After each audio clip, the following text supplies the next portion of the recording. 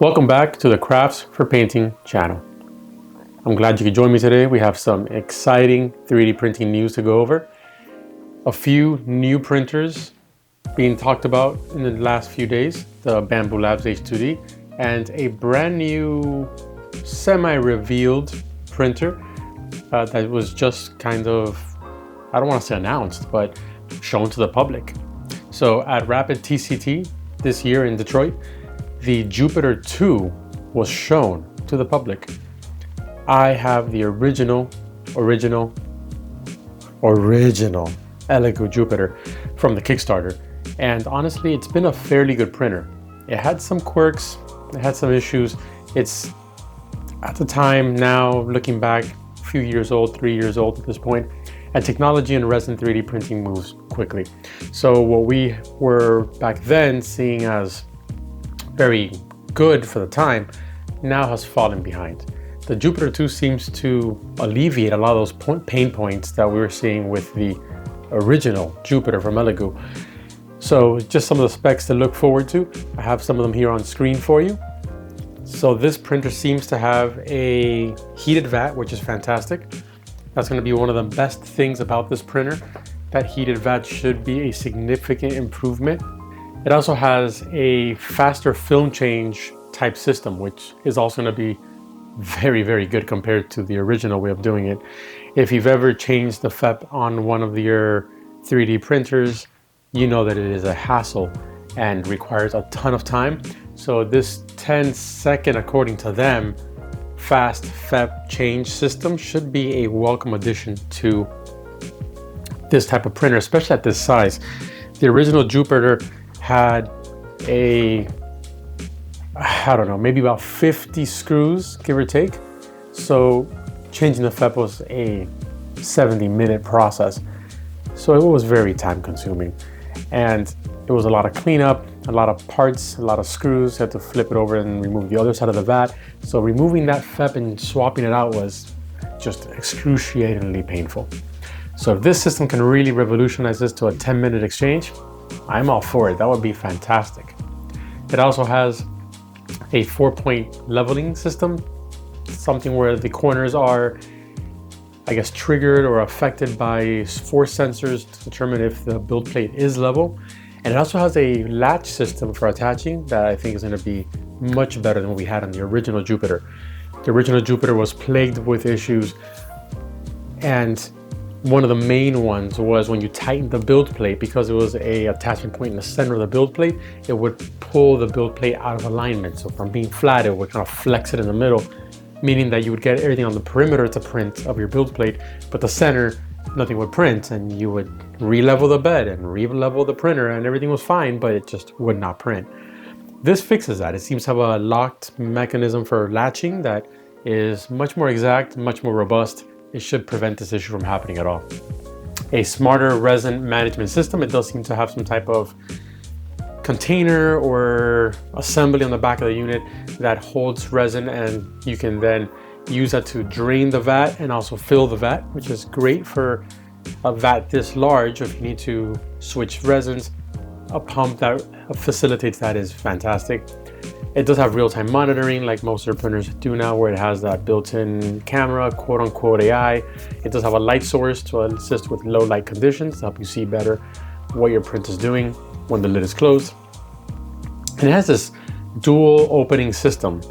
One of the best parts of the original Elegoo Jupiter was that it was not a lift top type resin printer, which you know I think are very uncomfortable. The original had a door. It had a full steel cabinet type construction, and the door would open, and that made it a lot easier because you didn't have this lid you now had to set down somewhere on your counter. So this seems to, I guess, meet in the middle somewhat. It has a dual door system. Obviously the downside to this is that it takes up more room when you open it. It has to open a left and a right side. So that is going to be a little inconvenient. You are going to need some more room on either side of the unit, but you don't have a lid to set down somewhere. So that is a benefit, I think. It looks pretty nice. It looks like it's well designed. That heated vat, like I mentioned, is there, so that's great. It does have a resin drip tray to clean your workspace clean. I'm not sure if that's needed if it's not a tilting vat, but they have it included just in case. It's got a 14-inch 16K LCD screen, so the printer itself is huge. It has a build volume of 302 by 161 by 300 millimeters. So the height is fairly short at 300, but the X and Y are good.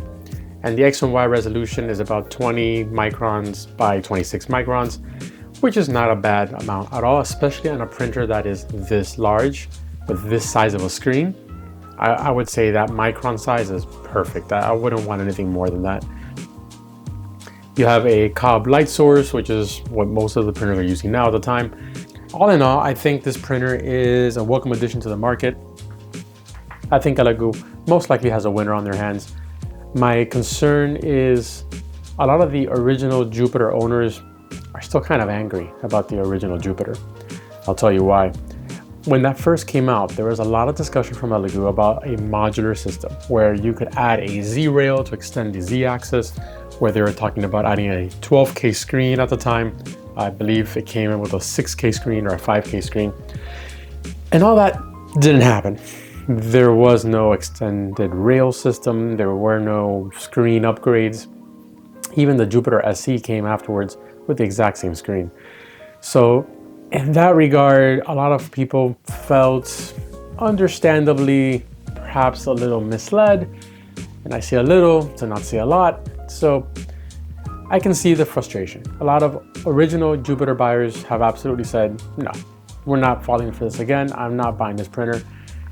Hopefully this time Elegoo takes it into consideration and doesn't overpromise and underdeliver on this printer. But again, from just the specs we're seeing on the screen, the specs we're getting from TCT, it looks good.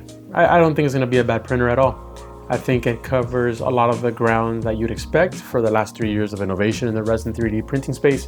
And honestly, just the fact you have a quick swap FEP that can be swapped out in 10 seconds using a latch system is great. I have swapped out the FEP in mine 3 times, and all 3, it was a miserable experience. So happy to see this being added to this printer. Speaking of other printers, the Bambu Labs H2D was released recently. I'm sure you've seen the news. I'm sure you've seen one of the hundreds, if not thousands, of channels that are showing you the machine and showing you the specs and discussing things with you about the internals and the workings of the dual nozzle system, and etc, etc, etc. What I want to cover with you is the cost increase. So pre-orders went up, sold out, then they went up again on April 8th, I believe, and sold out fast, 5, maybe 6 minutes. But something that a lot of people noticed was the increase in price. So the original price for the bare bones Bambu Labs H2D, no AMS, no combo, was $1,899 US previously. When it re-released now, it had gone up by $200. It was $2,099 US. The same thing for the combo unit, was at $21.99 US, went up to $23.99 US. Everything in the store has gone up. The tariffs affecting the US market are very real. Tariffs are a tax paid by the people that make the purchase. We've always known this. This is not new information. Anyone that said otherwise is pulling your leg. That's not how tariffs work. So we're seeing it now. The price of the materials have gone up. The price of the printers has gone up. Everything in the store has basically gone up. The filament I used to purchase at $12.99 for a refill roll. Now it's $14.99. The AMS2 Pro was $349 when it released. I believe now it's $379. So everything has gone up by about 10%, maybe 15%, depending on what you're looking at. So something to keep in mind. If you're looking to purchase, you may want to hold off to hopefully see prices come down if this trade war type discussion ends. Realistically, I don't see a way of that happening. Most likely we have these increased prices forever at this point. So you may want to purchase before they go up again. It's hard to say. I wanted you to be aware of it though. The prices have increased. Be aware, know that that's something that you will see going forward. Probably not just with Bambu Labs, but with most other printer manufacturers. Now, to be fair, some other companies have not increased prices yet. So Elegoo, for example, their Centauri Carbon is still the same price. I don't know how long that'll last. You may want to consider making your purchase if you are planning to sooner rather than later, because I get a feeling they will also be impacted. It's almost inevitable. Going on to other new releases, I wanted to talk about Monument Hobbies paints. ProAcryl is a paint line that is, in my opinion, great. Coverage is great, very matte finish. I use them extensively when I'm painting. I also use other brands, Vallejo. I use Liquitex inks. So there's a lot of different companies that I use when I'm painting my models. But ProAcryl paints have a special spot in my heart. It's one of the first lines I purchased after many recommendations online from painters that I highly respect. And it hasn't let me down. So we're talking about it today because, as you can see here on my desk, I have a few of their other sets that I keep here on hand for when I'm running low. But they just released a brand new set, and I think it's going to be a very good addition to the line. Now, the paint is going to be a little bit different on this set, so let's talk about it. You can see here on the screen the paint set that is being announced. This is a brand new line of brand new colors made in collaboration with Atomic Mass Games. This is what they're calling the AMP Colors Cosmic Paint Sets. It comes in 2 sets of 9 paints each. They're all based on the same ProAcryl formula. They are slightly thicker paints, which we'll have to see how they hold up when you actually use them as far as consistency and application. But again, ProAcryl has never let me down. I don't expect these paints to be any different. So the first set is considered Cosmic Set 1, they're calling it. This one comes with cool gray, black red, dark navy blue, beige gray, orange yellow, peach flesh, bright green blue, magenta wash, and petroleum brown wash. Now this is an interesting set because it brings 2 new washes. Actually, both sets have 2 new washes. These are new washes that have never been introduced to ProAcryl before, and honestly, I don't think a lot of companies even have washes that match this color profile. So it'll be interesting to experiment with and see what you can make when you're painting with this specific tone and color of wash. Your other set has similar repertoire, 9 paints. What makes that set a little bit more unique is that it also has a metallic. So that set, which is Cosmic Set 2, has a slate gray, red orange, burnt umber, green brown, bright brown gray, gray green, steel metallic, brown gray wash, and Payne's gray wash. If you are a ProAcryl head like me, you may want to pick these up when they become available. They're also supposedly having a pre-order sale, so they're a little bit cheaper on the pre-order price when you purchase them now. And considering that tariffs are affecting a lot of things in the industry, I am not sure if they may affect this paint line as well. So something to keep in mind, if you like ProAcryl, you use them, this new paint line might be a good pickup. They not only apply smoothly on models, but they also taste great. So you should pick them up. And with that, we are done with all the updates we had at the moment. Keep checking in with the channel. We'll have more 3D printer reviews. We'll have more printing and painting videos. And overall, we're just trying to keep the channel going.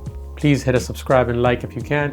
It really helps the channel. It appeases the YouTube gods, the algorithm gods, to keep the lights on in the studio and me making content.